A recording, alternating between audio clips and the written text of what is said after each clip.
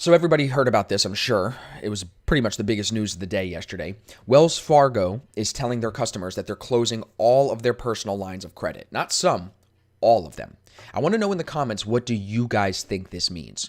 To me, the fact that the bank is shutting down a potential source of revenue through interest that they charge on these loans is a little bit concerning. And I use Wells Fargo as one of my main banks, and I've actually thought since yesterday about potentially switching from Wells Fargo to a different bank. We know that Wells Fargo is a shady bank. We cannot argue that. You can remember that it was, I think, 2017 that they had this fake account scandal. You can see it right here. This article goes back into 2017. But this is where they got caught creating fake accounts for low income and minorities. It's interesting, low-income people and minorities. So it's interesting. I say it's sad. It's interesting because they thought that they would get away with it. And what would that do to make them more money versus you got lines of credit here that people will pay interest on? That's a legitimate way to make money. Why would they close this?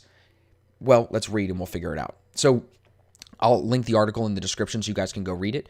But if you look, whoops, I'll get back to it. If you look down here at the bottom of this article, they go on to say that it has to do with the cap that the Federal Reserve put on them because of the fake account scandal. So it says here in 2018, the Fed barred Wells Fargo from growing its balance sheet until it fixed compliance shortcomings revealed by that fake account scandal. The asset cap has ultimately cost the bank billions of dollars. If you look at JP Morgan and Bank of America, they've made way more money than Wells Fargo because of this.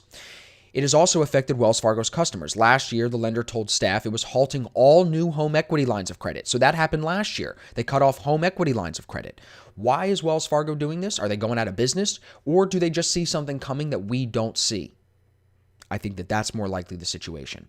Customers have been given a 60-day notice to that their accounts are going to be closed. And they also gave you notice that your account closure could affect your credit score negatively. So I think that that's interesting too.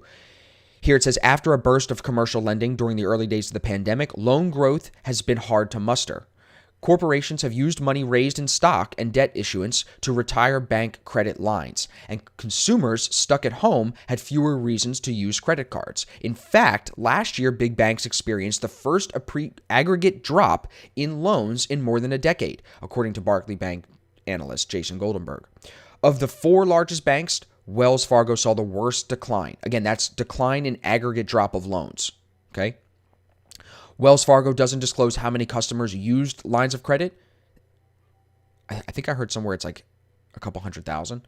It had $24.9 billion in loans in a category called Other Consumer as of March, which was 26% lower than the year before. So it's 26% lower. You would think that this Other Consumer loan category is the lines of credit. So now it's 26% lower, which means maybe they're just cutting their loss, But you can see this is affecting the average person. This guy, Tim Tomasetti from Oregon, he's upset. And I think a lot of people are probably upset, especially small business owners that use that credit. So I think it's important to just be aware of what's going on here, everybody, because if Wells Fargo is now cutting off home equity lines of credit, now they're cutting off personal lines of credit, and they're not giving a clear reason why, except they're saying that they want to focus right here. It says we want to focus more on credit cards and personal loans. I don't understand that. To me, it doesn't make sense. Does it make sense to you guys? Why cut off the interest that you can make legitimately from lines of credit when now you're just like, oh, we're just going to focus on the interest that we'll make on personal loans and credit cards? Why? I don't understand. I just don't buy it that it's just to cut the loss. So I want to know what you guys think. Rushir says something's brewing at a bigger level. Inflation, government debt, cash is trash. Maybe, yeah, that's all plays a part of it. Interesting, right? And I think it's also interesting, I'm not too familiar with Australian news, so I have to thank Jerome for keeping me updated on this.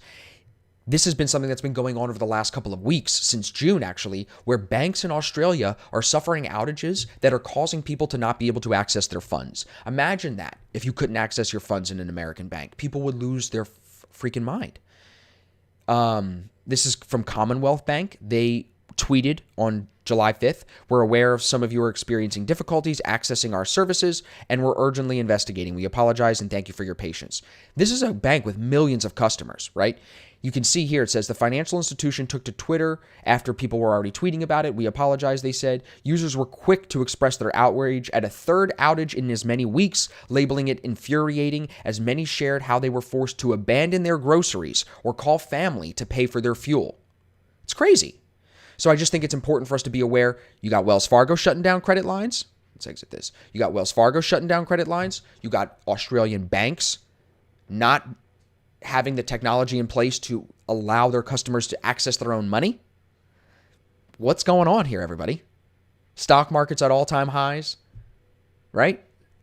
Something smells fishy. I'm not going to say what it is, just something smells fishy. Let's go forward into this. So DD was that Chinese company that, because of the Chinese regulation, the stock here in America took a big hit, right?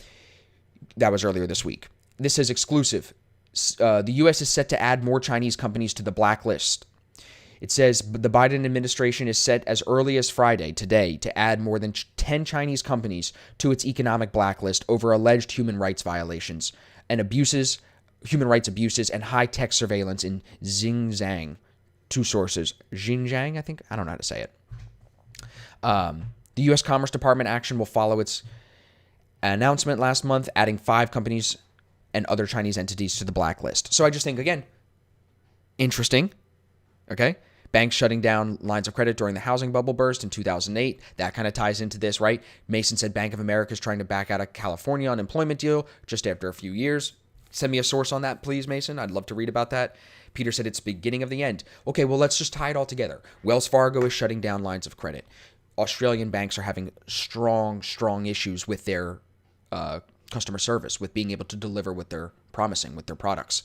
You have the Bank for International Settlements and the IMF calling for global coordination on CBDCs. Something is probably coming that the banks are aware of with these central bank digital currencies that we don't understand yet. Stocks are not always going to go up, like Rushir just said. So the fact that we're shutting ourselves off to China, which we've been fine doing business with these Chinese stocks and these Chinese companies while they've been committing human rights violations for years. We've been fine with it. But now we're shutting off that door. We're shutting off the lines of credit. Banks are backing out, trying to consolidate. JP Morgan, Jamie Dimon said a few weeks ago, even though inflation is going up, we're hoarding cash. And now we see all of these central banks, 90% of the central banks in the world, working together to pull these CBDCs out of the thin air and make them reality. Something is coming. I don't know what, but I'm just connecting dots as I see them, you know? And I think that there is something coming. So tell me in the comments, do you think I'm tying too many dots together, too conspiratorial, or do you agree? Do you think something big is happening beneath the surface that, of course, the banks, the heads of the banks know about? Of course, the BIS and IMF know about it. If they don't know about it, they're the ones making the decision. So, of course, they have that control and have that power. But we won't know until it's already too late. That's why I try to keep you guys updated on